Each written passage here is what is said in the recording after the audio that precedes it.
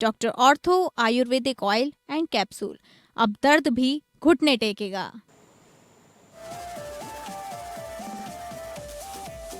छात्रों पर पुलिस या ज्यादती पर सुनवाई करते हुए सुप्रीम कोर्ट ने कहा, निष्पक्ष और गहन जांच हो, जिसने भी ज्यादती की है जिम्मेदारी तय हो। सीजेपी ने कहा, देश भर में सैकड़ों छात्र अरेस्ट, झूठे मुकदमे किए गए, सरकार ने तोड़ा समझौता।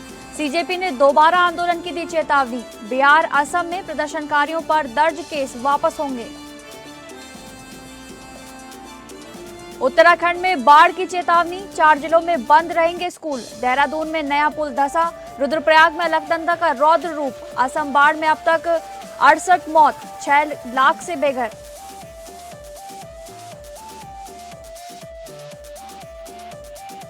नमस्कार, आप सभी का बहुत बहुत स्वागत है टॉप अपडेट में। मैं हूं आपके साथ शालिनी राणा। शुरुआत करेंगे टॉप अपडेट की।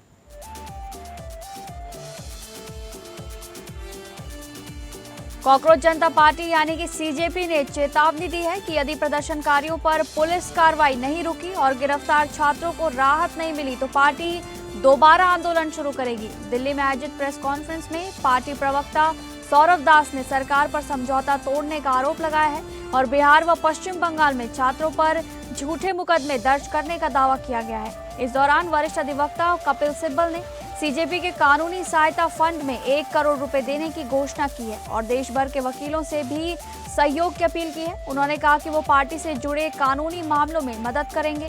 वहीं बिहार और असम सरकार ने घोषणा की है कि 26 जुलाई शाम 6 बजे से पहले हुए विरोध प्रदर्शनों में शामिल लोगों पर कोई कानूनी कार्रवाई नहीं होगी। दूसरी ओर अस्पताल से छुट्टी मिलने के बाद सोनम वांगचुक लद्दाख रवाना होने से पहले राजघाट पहुंचकर महात्मा गांधी को उन्होंने श्रद्धांजलि अर्पित की। सौरभ दास ने दावा किया कि सरकार के प्रतिनिधियों के साथ हुई बैठक में एफआईआर वापस लेने, गिरफ्तार लोगों की रिहाई और भविष्य में कार्रवाई नहीं करने का आश्वासन दिया गया था। बसपा को उत्तर प्रदेश और राष्ट्रीय राजनीति में फिर से सक्रिय करने की तैयारियां तेज होती दिखाई दे रही हैं। पार्टी संस्थापक कांशीराम के परिनिर्वाण दिवस 9 अक्टूबर को इस नई राजनीतिक सक्रियता की औपचारिक शुरुआत करने की योजना बनाई गई है। बसपा सुप्रीमो मायावती लखनऊ में विशाल रैली को संबोधित कर सक्रिय राजनीति में दमदार वापसी का संदेश देंगी। रैली का मुख्य उद्देश्य अनुसूचित जाति, जनजाति और सर्व समाज के समर्थकों को एक मंच पर लाना है। पार्टी इस आयोजन के जरिए अपनी जनाधार और संगठनात्मक ताकत का प्रदर्शन करना चाहती है। प्रदेश में करीब 22% आबादी वाले दलित वर्ग को लेकर सभी दल अपनी राजनीतिक पकड़ मजबूत करने में जुटे हुए हैं। कई वरिष्ठ नेताओं के पार्टी छोड़ने के बाद मायावती इस रैली के जरिए बसपा के अस्तित्व और प्रभाव का मजबूत संदेश देना चाहती हैं। राजनीतिक हलकों में भी इस रैली को बसपा के पुनर्जीवन की दिशा में एक अहम कदम माना जा रहा है। पाकिस्तान अधिकृत कश्मीर के रावलकोट में सुरक्षा बलों और प्रदर्शनकारियों के बीच हिंसक झड़पों के बाद हालात बेहद तनावपूर्ण हो गए हैं। विरोध प्रदर्शन के दौरान पाकिस्तानी सुरक्षा बलों ने निहत्थे प्रदर्शनकारियों पर फायरिंग की, जिससे पूरे इलाके में अफरा तफरी मच गई। ज्वाइंट अवामी एक्शन कमेटी ने रावलकोट में कम से कम 9 लोगों की मौत का दावा किया है, जबकि कुछ मीडिया रिपोर्ट्स में मृतकों की संख्या 17 बताई जा रही है। स्थानीय संगठनों के अनुसार कई लोग इस कार्रवाई में मारे गए और अनेक घायल बताए जा रहे हैं। घटना के बाद बड़ी संख्या में लोग सड़कों पर उतरकर विरोध प्रदर्शन कर रहे हैं, जबकि इलाके में अतिरिक्त सुरक्षा बल तैनात कर दिया गया है। 26 जुलाई को हुए विधानसभा चुनाव के पहले चरण के दौरान कई क्षेत्रों में मतदान का बहिष्कार और बेहद कम वोटिंग की भी खबरें सामने आई हैं। इसी चुनावी माहौल के बीच पाकिस्तान के पूर्व प्रधानमंत्री नवाज शरीफ ने मुजफ्फराबाद की चुनावी रैली में बड़े वादे किए। पूरे घटनाक्रम ने पीओके में राजनीतिक और सुरक्षा हालात को और अधिक गंभीर बना दिया है। उत्तराखंड सरकार ने प्रधानमंत्री सूर्यघर मुफ्त बिजली योजना को गति देने के लिए राज्यांश के रूप में 20 करोड़ रुपए की मंजूरी दी है। मुख्यमंत्री पुष्कर सिंह धामी के इस फैसले से चंपावत सहित पूरे प्रदेश के पात्र परिवारों को योजना का सीधा लाभ मिलने का रास्ता साफ हो गया है। योजना के तहत लाभार्थी अपने घरों की छतों पर सोलर रूफटॉप संयंत्र स्थापित कर सकेंगे, जिससे बिजली बिल में कमी आएगी। अतिरिक्त बिजली उत्पादन होने पर निर्धारित नियमों के अनुसार आर्थिक लाभ भी प्राप्त किया जा सकेगा। सरकार का कहना है कि ये पहल स्वच्छ ऊर्जा को बढ़ावा देने के साथ प्रदेश को ऊर्जा आत्मनिर्भर बनाने की दिशा में महत्वपूर्ण कदम है।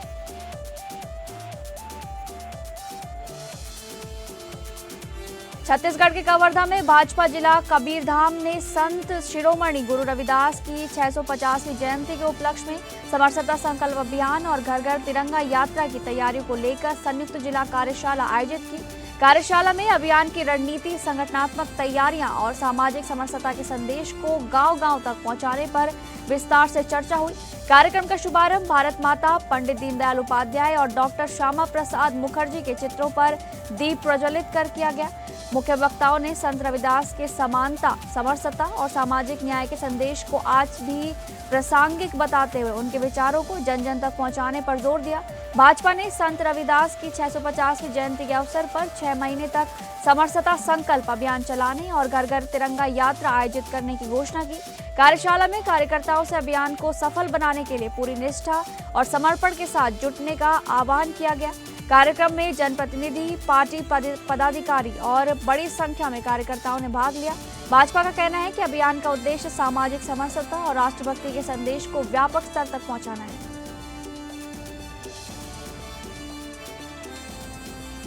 झारखंड के धनबाद में कथित अवैध कोयला कारोबार के खिलाफ प्रवर्तन निदेशालय यानी ईडी ने मंगलवार सुबह बड़े स्तर पर छापेमारी अभियान शुरू किया। रांची और कोलकाता से पहुंची ईडी की टीमों ने जिले के करीब 1 दर्जन ठिकानों पर एक साथ कार्रवाई की, जिससे पूरे क्षेत्र में हलचल मच गई। नालंदा कॉटेज, सरायढेला, कतरास, टिकियापाड़ा, मऊदा, लोयाबाद और झरिया सहित कई स्थानों पर ईडी की टीमें जांच में जुटी हैं। सूत्रों के अनुसार ये कार्रवाई कथित अवैध कोयला कारोबार से जुड़े लोगों के खिलाफ की जा रही है।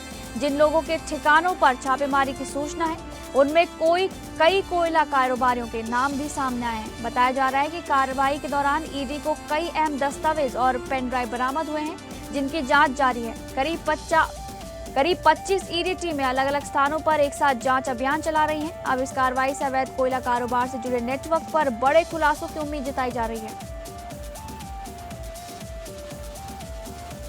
झारखंड में नक्सल विरोधी अभियान के तहत केंद्रीय सुरक्षा बलों और राज्य पुलिस की संयुक्त कार्रवाई को बड़ी सफलता मिली है। पुलिस मुख्यालय में आयोजित कार्यक्रम में राज्य के विभिन्न जिलों में सक्रिय 16 माओवादियों के आत्मसमर्पण करने की घोषणा की जाएगी।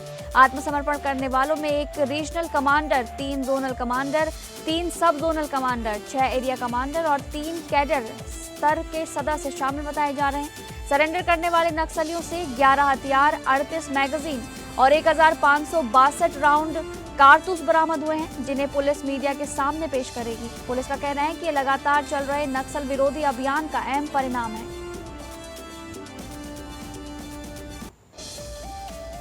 शामली के सदर कोतवाली क्षेत्र में दिन दहाड़े जेब कतरी की घटना ने सुरक्षा व्यवस्था पर सवाल खड़े कर दिए हैं। दिल्ली बस स्टैंड स्थित अजंता टॉकीज के पास बस में बैठे एक पूर्व प्रधान की जेब से 3 युवकों ने करीब 30,000 रुपए निकाल लिए और फरार हो गए।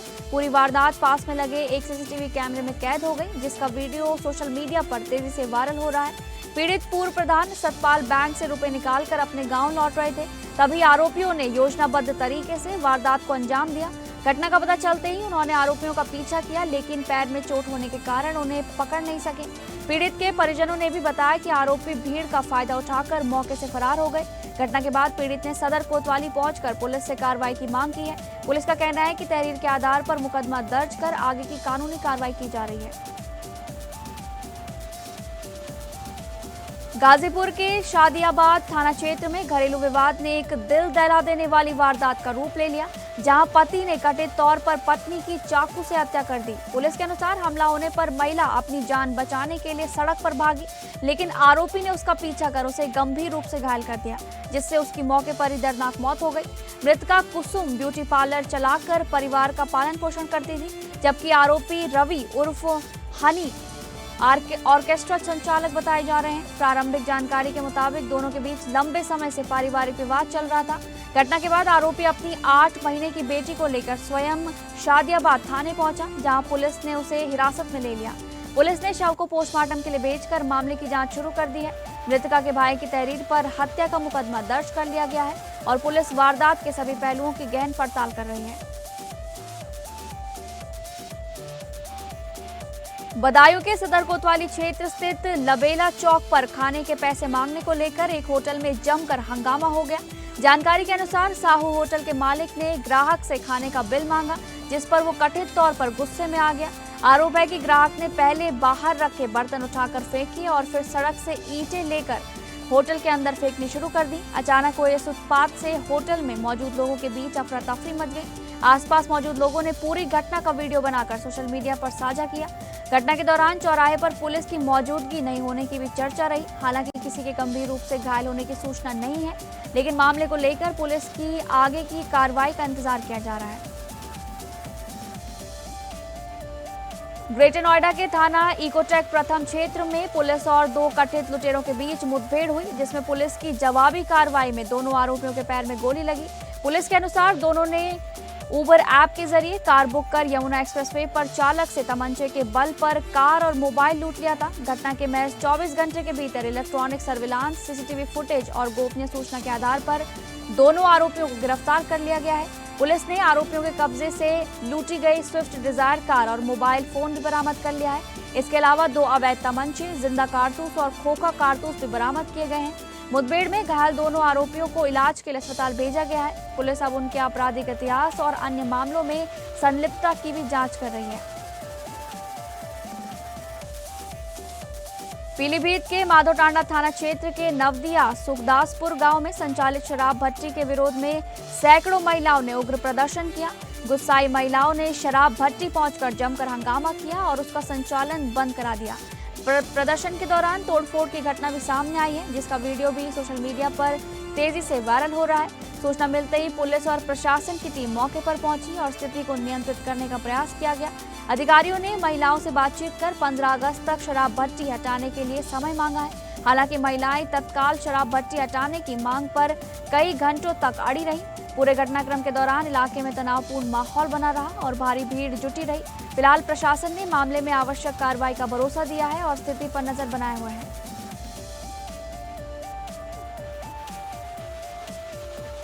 खबरों के सिलसिले में आगे बढ़ेंगे। उत्तर प्रदेश के पीलीभीत में राष्ट्रीय हनुमान दल और विभिन्न हिंदू संगठनों ने गौ सम्मान आवाहन अभियान के तहत जिलाधिकारी को ज्ञापन सौंपकर गौ माता को राष्ट्रमाता का दर्जा देने की मांग उठाई है। अभियान के अंतर्गत संगठन के पदाधिकारी और कार्यकर्ता सुबह नक्ता दाना चौराहे पर एकत्रित हुए और शांतिपूर्ण एवं अनुशासित ढंग से जिलाधिकारी कार्यालय तक पहुंचे। इस दौरान बड़ी संख्या में कार्यकर्ताओं ने अभियान में भाग लेकर अपनी मांग को बुलंद किया। ज्ञापन के माध्यम से गौ माता के संरक्षण, संवर्धन और सम्मान के प्रति जन जागरण का संदेश भी दिया गया। संगठन का कहना है कि इस मांग को सरकार तक प्रभावी ढंग से पहुंचाना अभियान का प्रमुख उद्देश्य है। विभिन्न हिंदू संगठनों ने भी इस पहल का समर्थन करते हुए संयुक्त रूप से ज्ञापन सौंपा है। पूरे कार्यक्रम का आयोजन शांतिपूर्ण माहौल में संपन्न हुआ। अब इस मांग को लेकर प्रशासन और सरकार की प्रतिक्रिया पर भी सबकी नजरें बनी हुई हैं। रायपुर के डगनिया में विद्युत मीटर रीडिंग श्रमिक संघ के 1 दिवसीय धरना प्रदर्शन में प्रदेश भर के हजारों मीटर रीडरों ने अपनी मांगों को लेकर आवाज बुलंद की। कार्यक्रम में छत्तीसगढ़ के पूर्व मुख्यमंत्री एवं एआईसीसी के राष्ट्रीय महासचिव भूपेश बघेल मुख्य अतिथि के रूप में शामिल हुए और श्रमिकों की मांगों का समर्थन किया। प्रदर्शनकारियों ने स्मार्ट मीटर व्यवस्था पर सवाल उठाते हुए बढ़े हुए बिजली बिलों और रोजगार पर पड़ने वाले असर को लेकर चिंता जताई। श्रमिकों ने मांग की कि प्रीपेड स्मार्ट मीटर लागू करने से पहले सभी मीटर रीडरों के पुनर्वास और वैकल्पिक रोजगार की ठोस नीति बनाई जाए। साथ ही लगभग 5000 मीटर रीडरों के प्रतिनिधि मंडल से जल्द वार्ता कर स्थायी समाधान निकालने की भी मांग रखी गई। प्रदर्शन में सरकार से स्मार्ट मीटर योजना पर पारदर्शी जवाब देने और जनहित को प्राथमिकता देने की अपील की गई। इस दौरान कई जनप्रतिनिधि और बड़ी संख्या में श्रमिक भी मौजूद रहे। प्रदर्शनकारियों ने स्पष्ट किया कि रोजगार सुरक्षा और श्रमिक अधिकारों की लड़ाई आगे भी जारी रहेगी। हमीरपुर के माधव कस्बे में एक जर्जर मकान अचानक भरभराकर गिर जाने से इलाके में अफरा तफरी मच गई। पूरी घटना का वीडियो स्थानीय लोगों ने बनाकर सोशल मीडिया पर वायरल कर दिया। मकान का मलबा सड़क पर फैलने से रास्ता पूरी तरह बाधित हो गया है और पास के एक मकान को भी नुकसान पहुंचा है। रात की बात ये रही कि हादसे में समय कोई व्यक्ति मलबे की चपेट में नहीं आया, जिससे जनहानि टल गई। स्थानीय लोगों का आरोप है कि मकान के बीच बने बिजली के पोल को हटाने के लिए वर्षों से शिकायतें की जा रही थी, लेकिन विभाग ने कोई कार्रवाई नहीं की। ग्रामीणों का कहना है कि समय रहते पोल हटाया जाता तो यह हादसा टाला जा सकता था।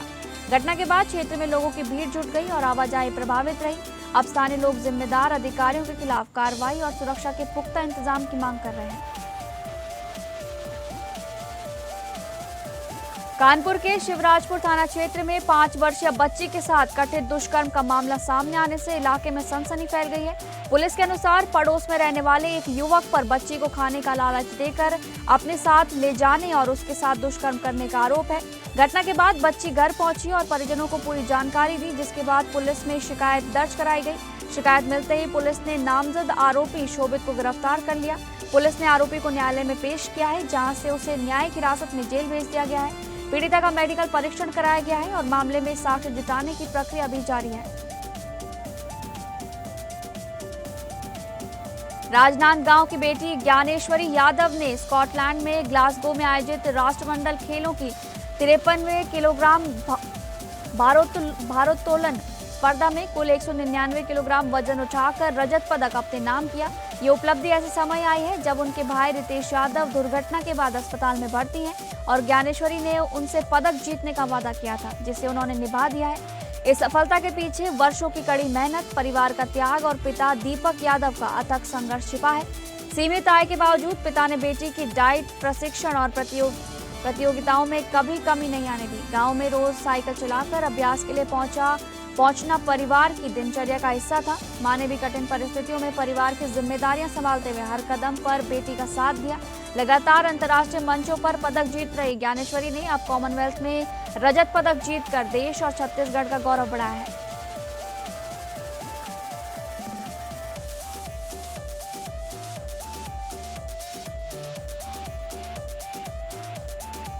राष्ट्रीय राजधानी दिल्ली में 22वीं कॉमनवेल्थ टेबल टेनिस चैंपियनशिप 2026 का भव्य शुभारंभ हुआ, जहां मुख्यमंत्री रेखा गुप्ता ने इसे दिल्ली के लिए गौरव का अवसर बताया है। उन्होंने कहा कि खेल प्रतियोगिताएं विभिन्न देशों, संस्कृतियों और समाजों को जोड़ने के साथ युवाओं को अनुशासन, समर्पण और उत्कृष्टता के लिए प्रेरित करती हैं।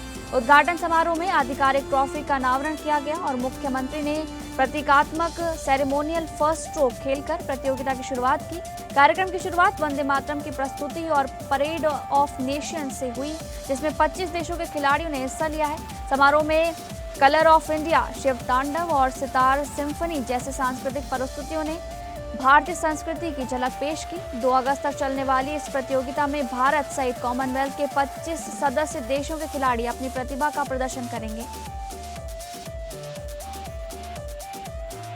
विजय थलापति की आखिरी फिल्म जननायकन दुनिया भर के बॉक्स ऑफिस पर शानदार प्रदर्शन कर रही है। रिलीज के 5वें दिन फिल्म ने वैश्विक स्तर पर 16 करोड़ रुपए से ज्यादा का कारोबार किया है, जिसके साथ इसका वर्ल्ड वाइड कलेक्शन 230 करोड़ रुपए के पार पहुंच चुका है। भारत के साथ साथ विदेशी बाजारों में भी फिल्म को जबरदस्त दर्शक मिल रहे हैं और ओवरसीज कमाई 12 करोड़ रुपए से अधिक हो चुकी है। दर्शकों और समीक्षकों से मिले सकारात्मक रिस्पांस ने फिल्म की सफलता को और मजबूत किया है। फिल्म में विजय थलापति और बॉबी देओल के बीच दमदार एक्शन सीक्वेंस को खूब सराहा जा रहा है। बॉबी देओल के खलनायक अवतार की भी हर तरफ चर्चा हो रही है। पहले ही हफ्ते में शानदार कमाई के साथ जननायकन कमर्शियल सफलता की नई मिसाल बनती नजर आ रही है। साउथ सुपरस्टार जूनियर एनटीआर के कंधे में चोट लगने के बाद उनकी टीम ने आधिकारिक हेल्थ अपडेट जारी किया है। बताया गया कि एक गतिविधि के दौरान अभिनेता घायल हुए, जिसके बाद उन्हें तुरंत डॉक्टरों की निगरानी में रखा गया। मेडिकल जांच के बाद विशेषज्ञों ने उन्हें पूरी तरह स्वस्थ होने के लिए 6 से 8 सप्ताह आराम करने की सलाह दी है। टीम ने स्पष्ट किया है कि उनकी स्थिति स्थिर है और घबराने की कोई आवश्यकता नहीं है। साथ ही फैंस को समय समय पर आधिकारिक स्वास्थ्य अपडेट देने का भी भरोसा दिलाया गया है। करियर की बात करें तो जूनियर एनटीआर इन दिनों निर्देशक प्रशांत नील की फिल्म ड्रैगन की तैयारियों में व्यस्त है। ये फिल्म वर्ष 2027 में रिलीज होगी और दर्शकों में से लेकर पहले से ही काफी उत्साह है।